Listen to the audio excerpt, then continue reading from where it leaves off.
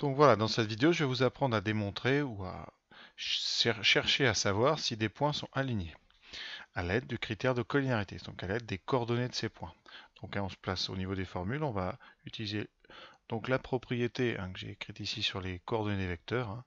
Vous avez un couple UV qui est collinéaire si x, y' moins y, x' vaut 0. C'est une équivalence, donc ça marche dans les deux sens. Vous avez aussi la version en négatif, c'est-à-dire que la contraposée de cette propriété, ça nous donne évidemment que quand les deux vecteurs sont non collinéaires, eh bien cette opération sera non nulle. Et réciproquement, si l'opération est non nulle, alors les vecteurs sont non collinéaires. On va utiliser ça intelligemment, un petit peu fin, c'est-à-dire qu'on calcule les coordonnées de deux vecteurs qui sont portés par la droite ou pas la droite. C'est-à-dire, on ne sait pas au départ dans cet exercice que ABC sont alignés. Donc on va calculer les vecteurs AB, les vecteurs AC.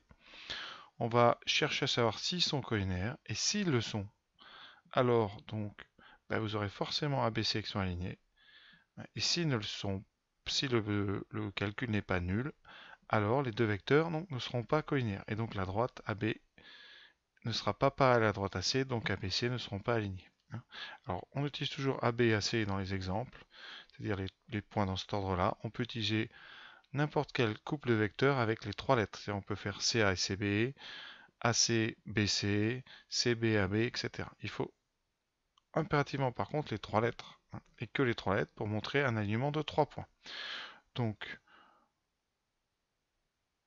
voilà, donc on va passer à l'exercice. Je vais juste changer le texte au niveau des lettres pour pouvoir ne pas avoir toujours les lettres ABC. Donc attention, je vais juste changer le texte. Voilà, donc j'ai changé quelques lettres dans les questions 2 et 3. Alors, pour la question 1, donc on va calculer les coordonnées du vecteur AB et les coordonnées du vecteur AC. Donc comme d'habitude, on a un point de départ, un point d'arrivée. On fait point d'arrivée moins point de départ. Donc ici AB, ça donnera donc 8 moins moins 2. 8 moins moins 2, donc ça fera 10. Et 1 moins moins 3, donc 4.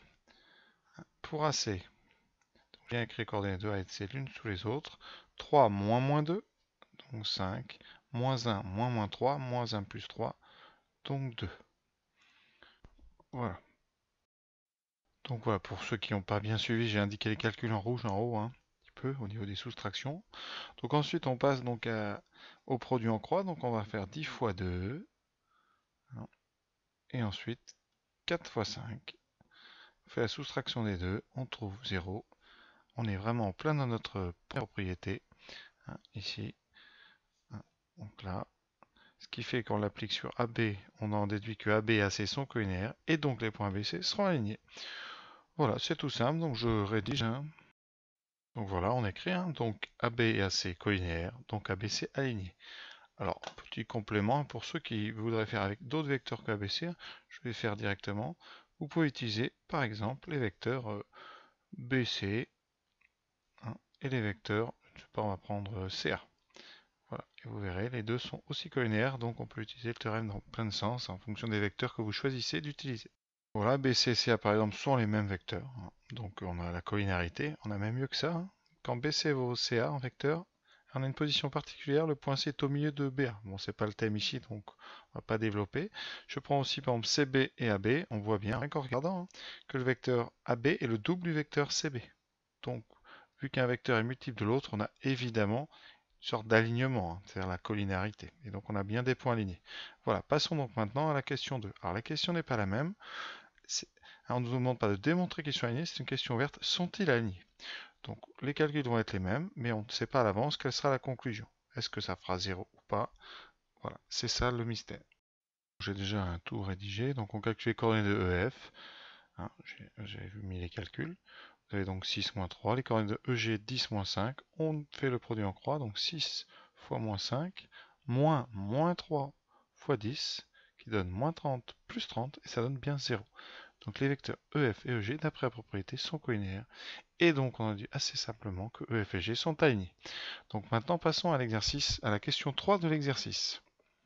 Voilà, donc la question 3, je vais étudier les vecteurs HI et HJ. Donc je calcule les coordonnées comme d'habitude, la même présentation, toujours pareil. Et maintenant, mon petit produit en croix.